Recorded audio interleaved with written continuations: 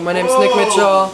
I'm the CEO of FXG and minor shareholder in MKW. Yeah, FXG, we're a VR film company, and I work with MKW as a media consultant.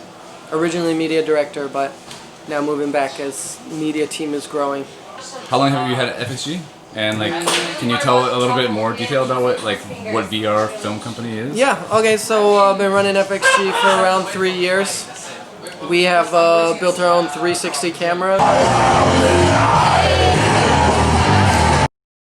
that captures the whole world around you. You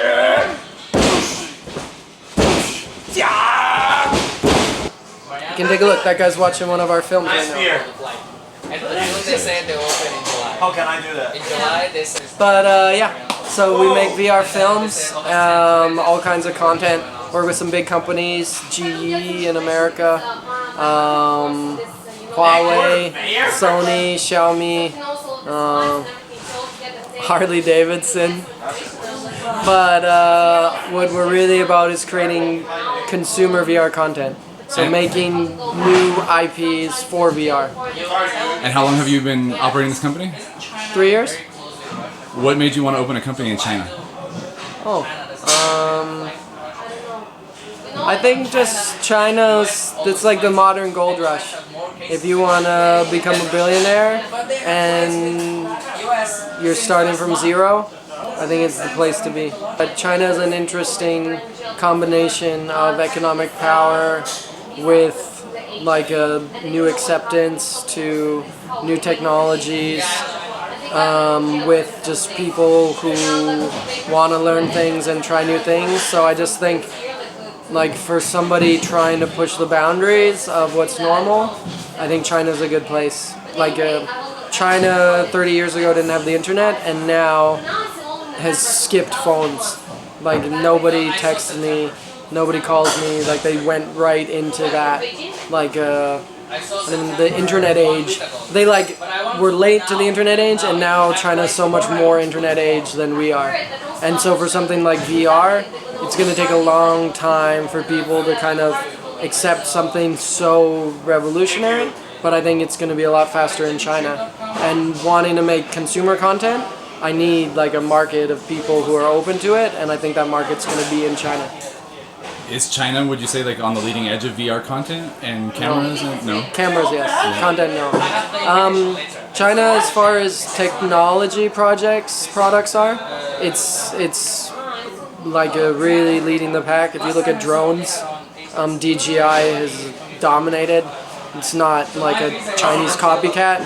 It's a tech and market leader.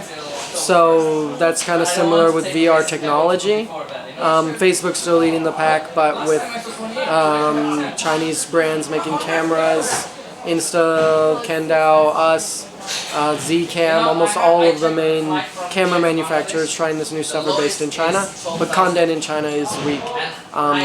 The piracy market is basically destroyed any potential for a market to be, because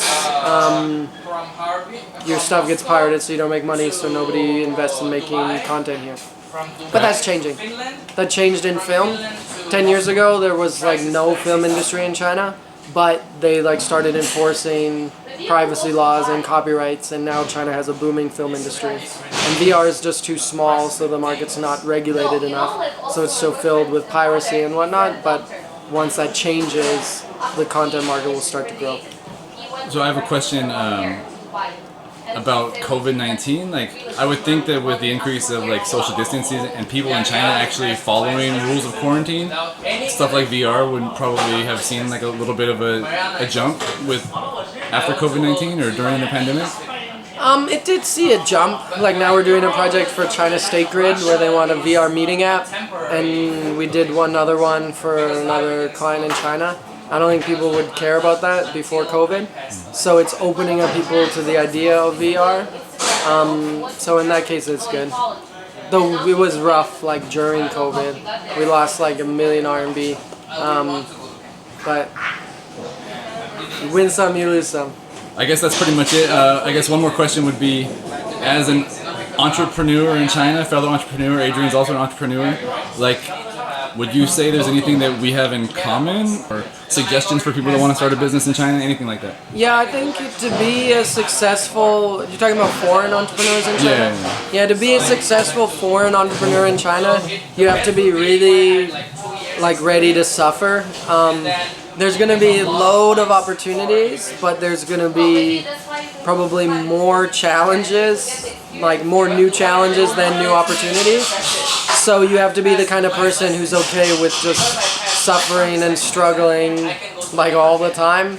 And if you're okay with that, then you can succeed. And as I've seen with Eric, Adrian, and most other becoming successful entrepreneurs that I know of, they just have that ability to, like, on a daily basis just be like completely like knocked down and just keep getting up and doing it. So not everybody can do that. I know so many foreigners who came and just like given up, or they just become depressed, or like, because it's really a struggle. If you want easy and safe and stable and understandable, don't do this. But if you want a crazy adventure with an opportunity to fulfill your wildest dreams, then China might be for you. Oh no! Zombie dragon!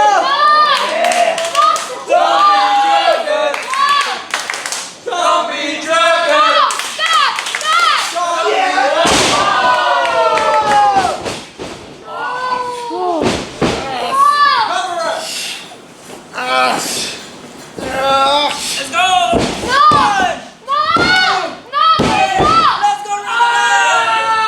本场比赛的胜者 They Wall。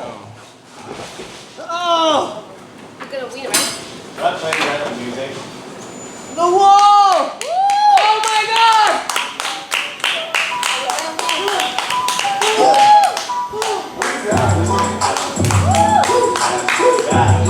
All right, thanks a lot, Nick. I appreciate your time, and hopefully the audio is not too bad.